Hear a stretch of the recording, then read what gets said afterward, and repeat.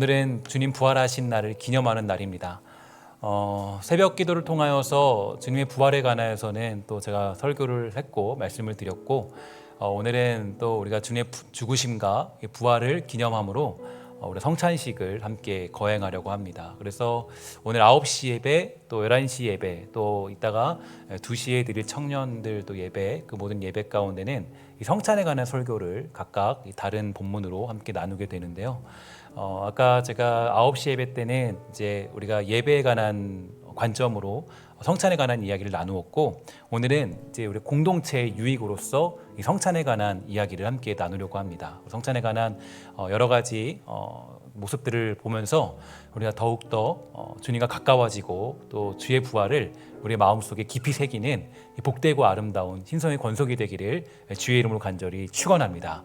서로의 인사 한번 나아가십시다. 인사할 때 이렇게 인사할게요. 주님께서 부활하셨습니다. 인사하도록 하겠습니다. 시작. 주님께서 부활하셨습니다. 인사하도록 하겠습니다. 부활하셨습니다. 우리가 이 부활의 기쁨과 이 부활을 기념한다라는 것은 아주 큰 의미와 우리에게 아주 큰 그런 믿음의 고백이 되죠. 그 믿음의 고백 속에서 우리들은 정말 다시 한번 새롭게 새로운 언약 백성으로 주의 사람으로 살아가게 됩니다. 무엇이든지 모든 것들에는 기초와 목표가 중요한데요. 이 기초와 목표가 없으면 아무것도 할 수 없고 무엇을 하더라도 의미를 찾을 수 없기 때문입니다. 그래서 이 건강한 교회는 기초가 튼튼해야 되죠. 이 교회의 기초는 바른 말씀의 선포, 올바른 성례의 집행입니다. 그런 의미에서 가장 대표적으로 우리는 이 성찬식을 거행하게 되는데, 그러면 성찬식이란 어떤 의미를 담고 있을까요? 오늘 주어진 본문을 통해서 다시 한번 성찬의 의미를 되새김으로써 우리 사랑하는 신성교회가 이 성찬의 기쁨을 회복하는 아름답고 복된 교회 되기를 간절히 소망해 봅니다. 오늘 본문의 내용을 보면 주님의 성찬을 맞이하는 그 자세와 태도, 그리고 그 속에 있는 원리들에 대하여 나타나고 있는데요. 먼저 이 고린도 교회 하면 우리가 문제 있는 교회다. 고린도 교회는 여러 가지 그런 문제를 가지고 있다라고 우리가 판단할 수 있습니다. 그런데 그래도 고린도 교회를 무시할 수 없던 건 그 교회가 여러 가지 상황들 속에서도 모이는 교회였다라는 것을 우리는 인식할 수 있죠. 그 교회의 특징은 잘 모이는 교회였습니다. 그러니까 어쨌든지 간에 서로 분파가 있고 당파가 있고 갈라짐이 있어도 어쨌든지 간에 이 모이는 교회였다라는 것을 알 수 있는 대목이 있는데, 일단 17절부터 34절까지 보면 이 모인다라는 말이 5번이나 강조된 것을 볼 때 이 고린도 교회가 이 모이기에 힘쓴 교회라는 것은 분명했습니다. 그런데 문제는 오늘 본문의 내용인데요. 오늘 본문 17절을 보면 이렇게 말하고 있죠. 내가 명하는 이 일에 너희를 칭찬하지 아니하나니 이는 너희의 모임이 유익이 못 된다, 이렇게 말해주고 있어요. 그러니까 분명히 모이는 교회고 분명히 어떤 이 함께하는 그런 교회였던 건 분명한데요. 잘 모였는데 문제는 그 모임이 유익이 되지 않았다라는 거예요. 그래서 17절을 이 쉬운 성경으로 보면 이렇게 해석하죠. 이제부터 내가 말하는 내용에 대해서는 여러분을 칭찬하지 않겠습니다. 그것은 여러분의 모임이 유익이 되는 것보다는 해가 되기 때문입니다. 이렇게 말해주고 있어요. 그러니까 여러분, 우리 보통 이 모인다 그러면 굉장히 우리에게는 중요한 과제고, 또 성도로서 또 교회로서 모인다, 이거는 우리에게 굉장히 큰 사명이자 또 우리가 가져야 될 목표이기도 하죠. 그런데 이 사도 바울이 얘기하기를, 야, 내가 너희들의 모이는 거에 대해서는 칭찬할 수가 없다. 그것에 대해서는 절대로 너희들이 모이는 것이 별로 좋아 보이지 않는다라고 얘기합니다. 여러분 생각해 보세요. 우리들이 지금 교회에 모였는데 이 사도 바울이 직접 얘기하는 거예요. 너희들 모임 보니까 이 모이는 거 별로 내가 칭찬하고 싶지 않아. 이렇게 얘기한다면 어떤 마음이 들겠습니까?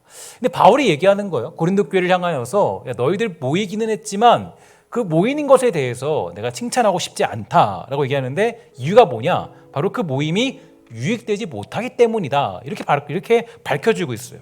그럼 바울은 무엇 때문에 열심히 모여서 이 성만찬을 나누고 있는 고린도 교인들의 모임을 꾸짖게 된 걸까요? 당시 모임 가운데 일단 중요한 건 파벌이 생겼습니다. 그러니까 그 파벌로 인하여서 위화감이 조성된과 동시에 분쟁이 생긴 거죠. 초대교회 당시에는 예배 중에 반드시 이 성만찬을 시행했습니다. 근데 성만찬이 우리처럼 지금 딱 준비가 되고 또 어저께처럼 이 권사님들이 잘 준비를 탁탁탁탁 해가지고 이렇게 성만찬을 딱 준비하는 게 아니라 그 당시에는 직접 잘 가져온 것을 나누는 거예요. 집에서 가져오는 거죠. 내가 먹을 것을 가지고 그걸 나누게 되는 겁니다. 나누다 보니까 이제 그게 원래 나누면서 서로 가져온 떡과 잔을 나누면서 교제를 나누며 예수님의 일들을 기억하는 것이 예배였습니다. 그 증거가 어디 나오냐면 사도행전 2장 42절부터 47절을 보면 이런 내용이 있죠. 그들이 사도의 가르침을 받아 서로 교제하고 떡을 떼며 오로지 기도하기를 힘쓰니라. 사람마다 두려워하는데 사도들로 말미암아 기사와 표적이 많이 나타나니 믿은 사람이 다 함께 있어 모든 물건을 서로 통용하고 또 재산과 소유를 팔아 각 사람의 필요를 따라 나눠주며 날마다 마음을 같이하여 성전에 모이기를 힘쓰고 집에서 떡을 떼며 기쁨과 순전한 마음으로 음식을 먹고 하나님을 찬미하며 또 온 백성에게 칭송을 받으니 주께서 구원받는 사람을 날마다 더하게 하시니라. 아멘. 이게 초대교회의 모습이었다라는 거예요. 초대교회의 모습을 보면 늘 보여. 먼저 모이기를 힘썼다. 그리고 기도했다. 그리고 교제했다. 그리고 또 한 가지 특징은 유무상통하는 교제를 나누었다라고 합니다. 즉 그들이 모이는 것 이상으로 중요하게 여겼던 것은요, 유무상통하는 교제였습니다. 그것은 세상의 질서처럼 있는 자들은 더 가지고 없는 자들은 더 빼앗기는 것과는 다르게 있는 자들은 내놓고 없는 자들은 부끄러움 없이 나누어 가질 수 있는 새로운 질서를 실현하게 된 겁니다.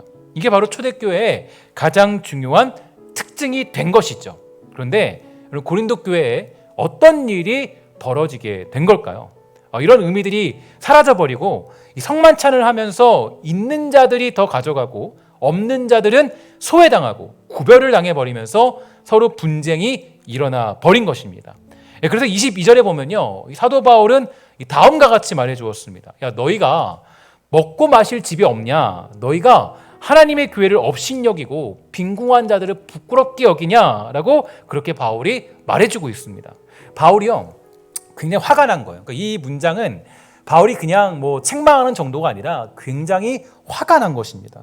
야, 어떻게 우리가 받은 새로운 질서, 예수님이 실현한 하나님 나라의 법칙을 다 버리고 세상 질서를 따라서 그저 있는 자는 득세하고 없는 자는 버림받는 그러한 일들이 어떻게 성만찬을 한다고 모이는 너희에게 일어날 수 있느냐, 이렇게 사도 바울이 질문하고 또 그것을 책망하고 있는 것을 알 수가 있게 됩니다. 그래서 26절을 보면요, 이 성만찬을 다음과 같이 정의해주고 있는데요, 우리 한번 다 같이 읽도록 하겠습니다. 시작. 너희가 이 떡을 먹어야만 잔을 마실 때마다 주의 죽으심을 그가 오실 때까지 전하는 것이니라. 아멘.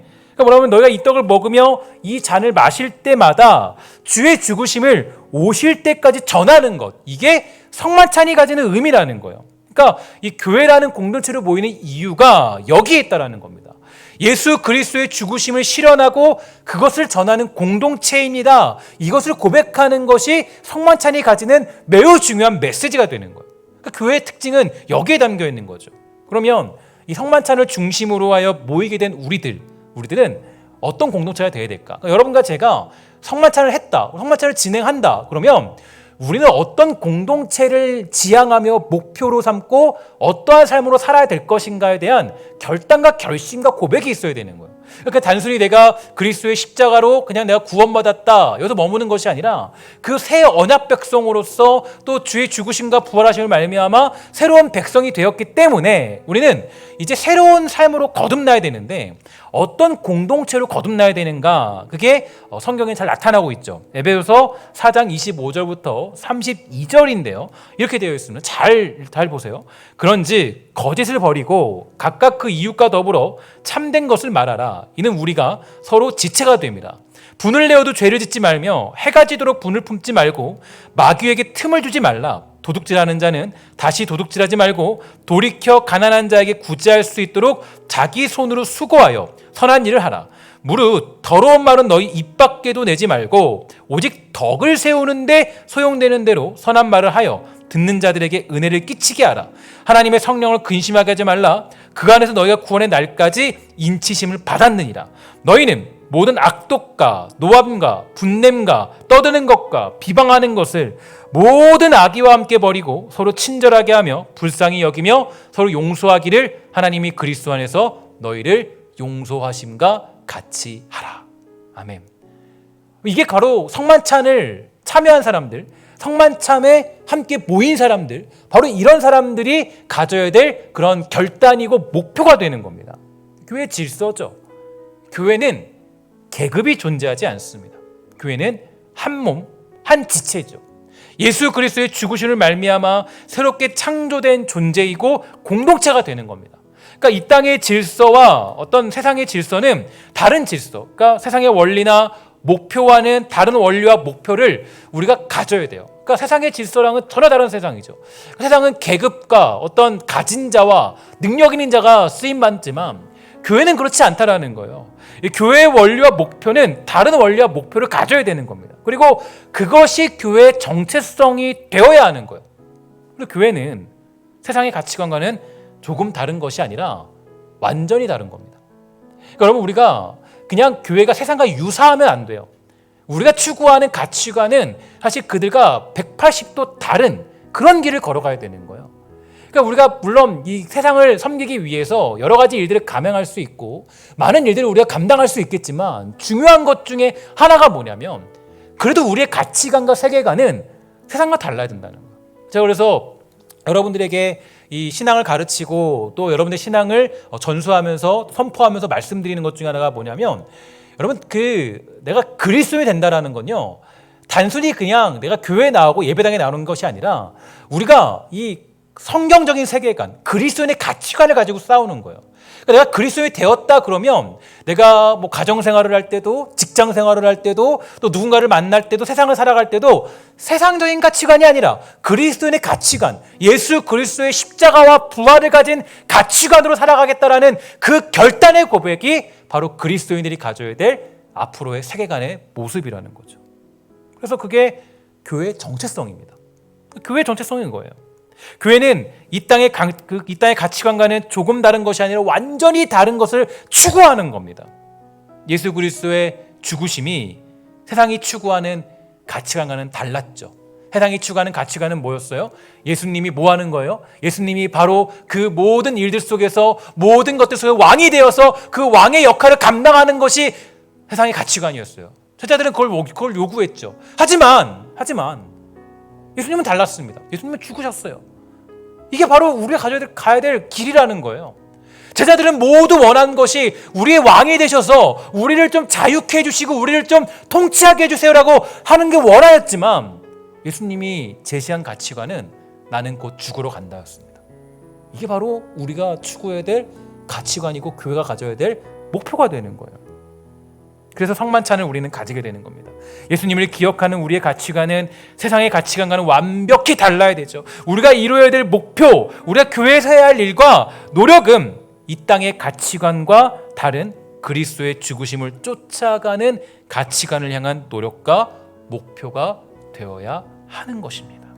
그리고 이러한 정체성 때문에 요구되는 것이 있는데 바로 28절부터 32절에 보면 이렇게 되어 있습니다. 28절 32절 보면은 이렇게 되어 있죠.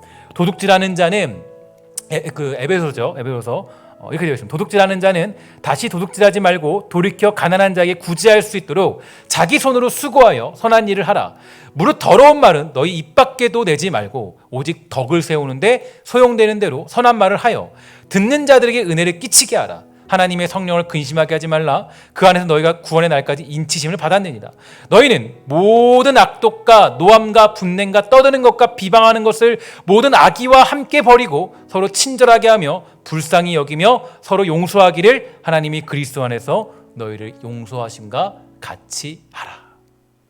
교회를 통해서 나타나고 회복되어야 될 모습입니다. 그럼에도 불구하고 교회 가치관이 변질된 이유는 어디 있을까요?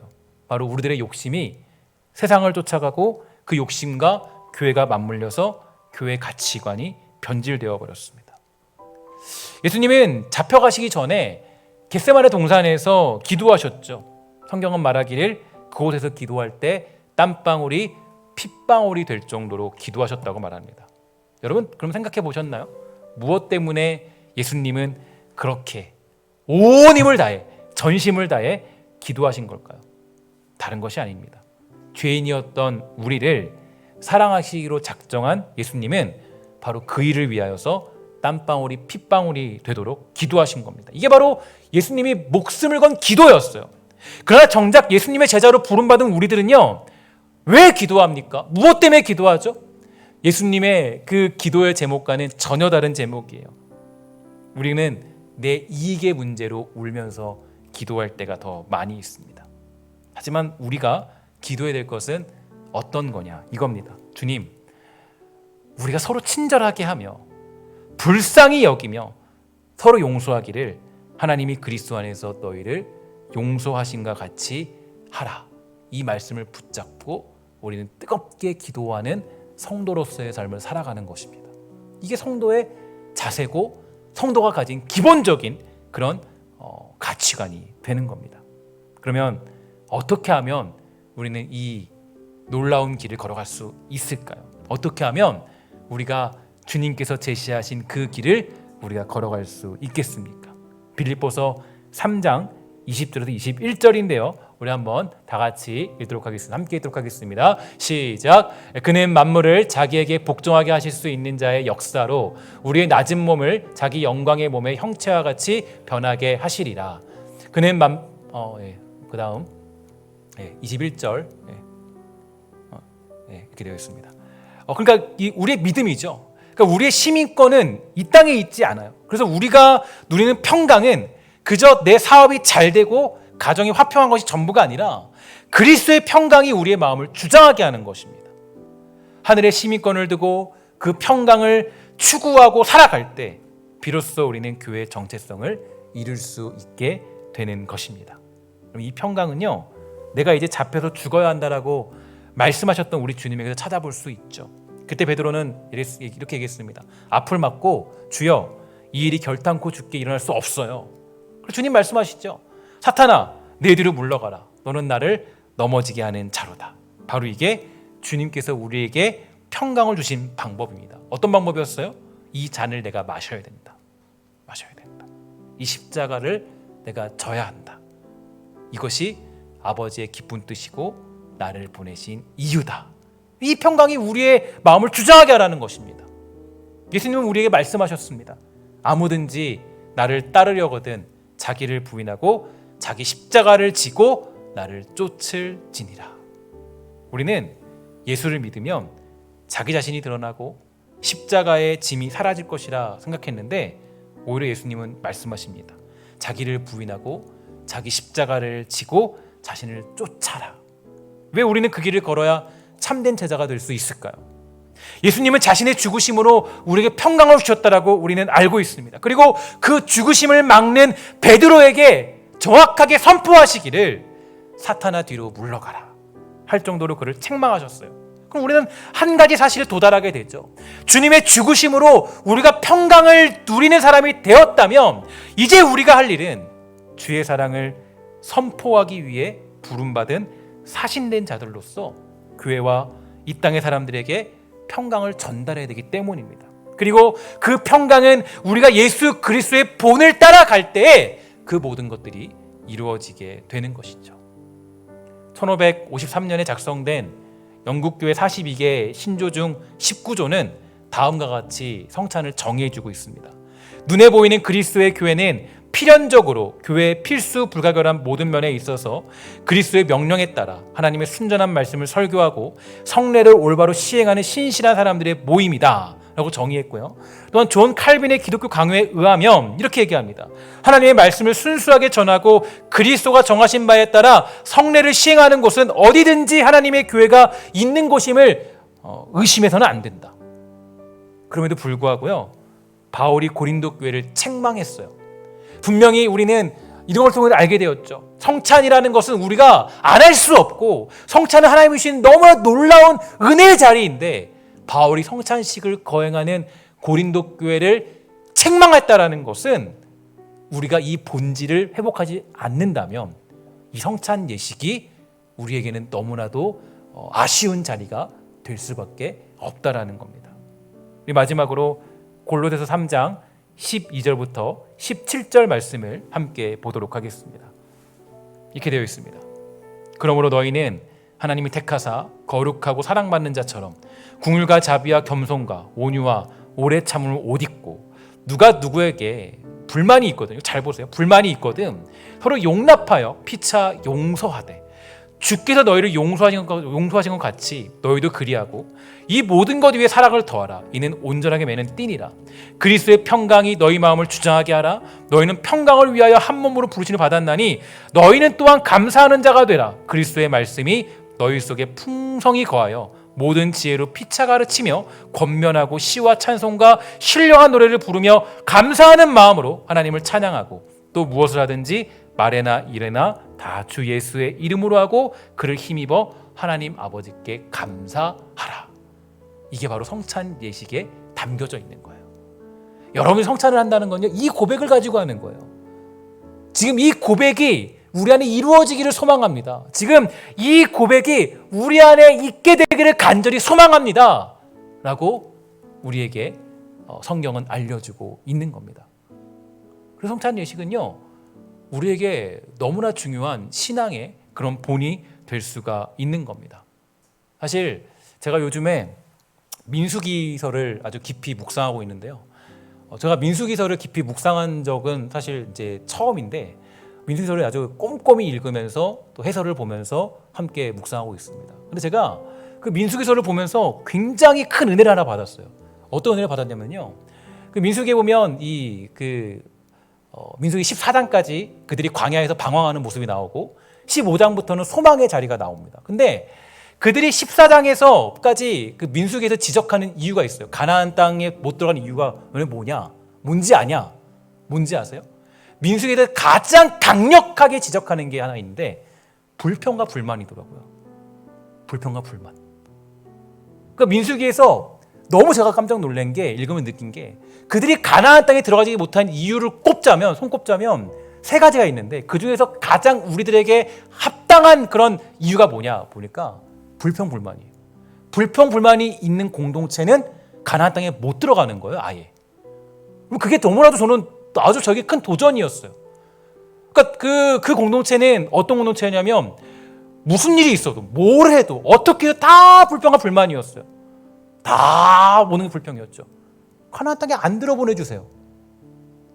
느낀 게 뭐냐면 우리 성찬식도 마찬가지겠구나.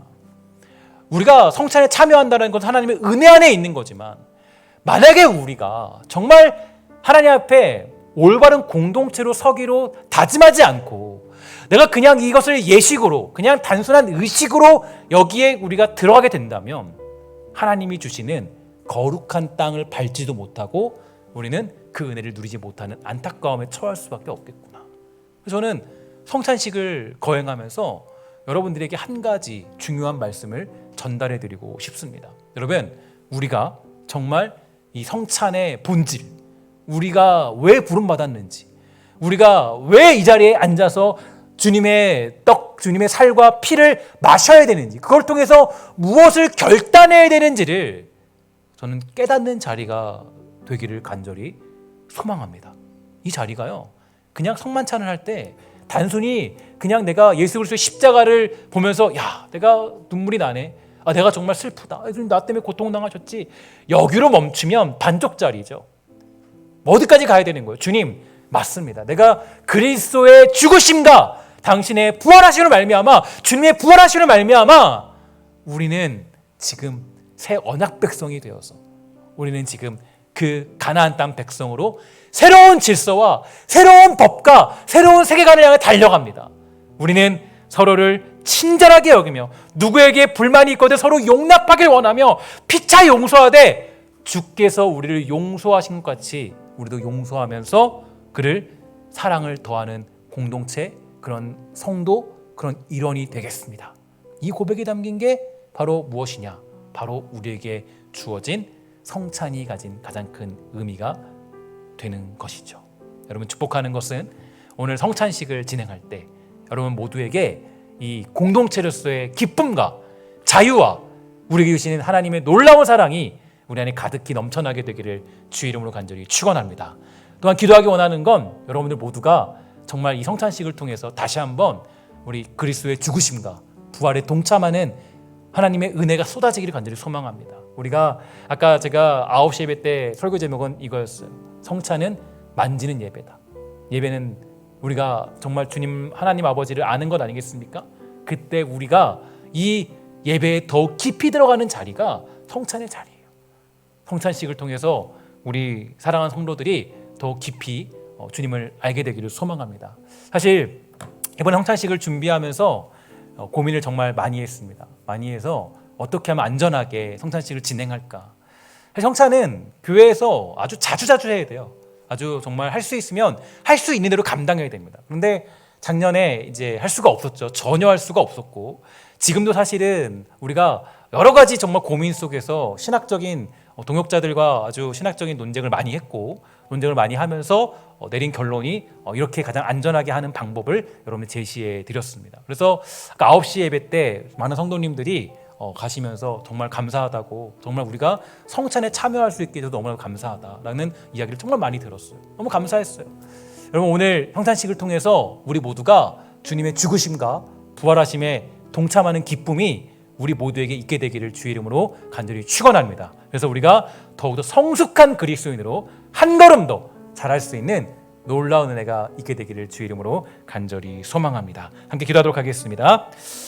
하나님 감사합니다. 우리를 불러주시고 우리를 축복하여 주셔서 우리가 정말 주의 은혜 가운데 이 자리에 모이게 되었습니다. 하나님, 간절히 기도하기 소망하는 건 우리 모두에게 하나님 은혜를 베풀어 주셔서 그리스도의 죽으심과 부활의 은혜를 베풀어 주시옵소서. 혹시 우리가 어떤 은혜를 받았는지, 어떤 능력을 받았는지, 어떤 정말 하나님이 주시는 축복을 받았는지 잊어버렸다면 우리 모두에게 은혜를 베풀어 주셔서 그리스도의 죽으심과 부활 생명의 기쁨을 가지고 살아가는 주의 나라와 권세를 향해 달려가는 우리 아름답고 복된 성도 되도록 허락하여 주시옵소서. 이 성찬을 통해 더욱 성숙한 그리스도인으로 자라나도록 주님 지켜올 줄 믿사오며 모든 말씀 예수님의 이름으로 간절히 기도합니다. 아멘.